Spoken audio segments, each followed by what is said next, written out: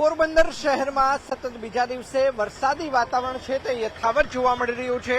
આપ મારી પાછળના જે દ્રશ્યો જોઈ રહ્યા છો આ છે પોરબંદર શહેરનો એમજી રોડ કે જે વરસાદી પાણીની અંદર ગરકાવ થઈ ચૂક્યો હોય તેવું લાગી રહ્યું છે। લોકોએ પોતાના વાહનો છે તે વરસાદી પાણીમાંથી પસાર કરવાની ફરજ પડી રહી છે, ત્યારે સ્થાનિક લોકો આપણી સાથે છે, આપણે તેમની સાથે વાતચીત કરીશું। શું કહેશો કે આ પ્રકારની તકલીફ હાલ અત્યારે પોરબંદરના શહેરીજનોને?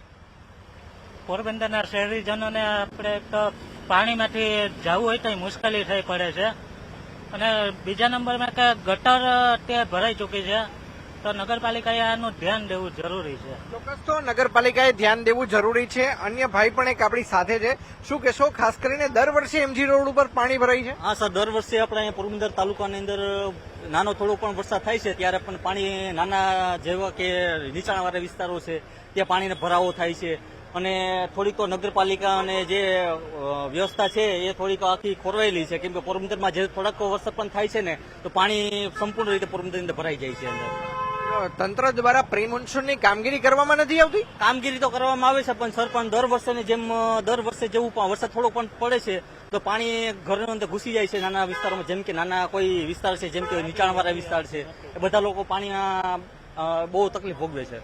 ચોક્કસ તો અન્ય એક યુવાન પણ આપણી સાથે છે, આપણે તેમની સાથે વાતચીત કરવાનો પ્રયત્ન કરીશું। પોરબંદર શહેરમાં હાલ કઈ કઈ જગ્યાએ પાણી ભરાયા હોવાનું સામે આવ્યું છે?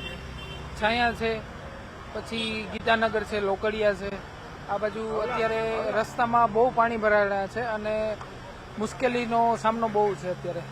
ચોક્કસ તો લોકો મુશ્કેલીનો સામનો કરી રહ્યા છે। વરસાદી આફત ચોક્કસ આકાશમાંથી વરસી રહી છે, પરંતુ એટલી જ ઘોર બેદરકારી પોરબંદર નગરપાલિકાની છે। જોઈ શકાય છે કે લોકોના વાહનો છે તે પાણીની અંદર ગરકાવ થઈ ચૂક્યા છે, લોકોના ઘરોની અંદર પણ હાલ અત્યારે પાણી છે તે જોવા મળી રહ્યા છે। આ દ્રશ્યો છે પોરબંદર શહેરના એમજી રોડ પરના દ્રશ્યો છે। જોઈ શકાય છે કે કઈ રીતે એમ્બ્યુલન્સને પણ પાણીમાંથી પસાર થવાની ફરજ છે તે પડી રહી છે, લોકોને પોતાના વાહનો છે ત્યાં વરસાદી પાણીની અંદરથી હલાવવાની ફરજ પડી રહી છે। આ દ્રશ્યો ચોક્કસ સવાલ ઉભા કરી રહ્યા છે કે તંત્ર દ્વારા જે પ્રી મોન્સૂનની કામગીરીના દાવાઓ કરવામાં આવતા હોય છે આ દાવાઓ પોકળ સાબિત થયા છે, અને આ દ્રશ્યો પોરબંદર શહેરમાંથી સામે આવ્યા છે।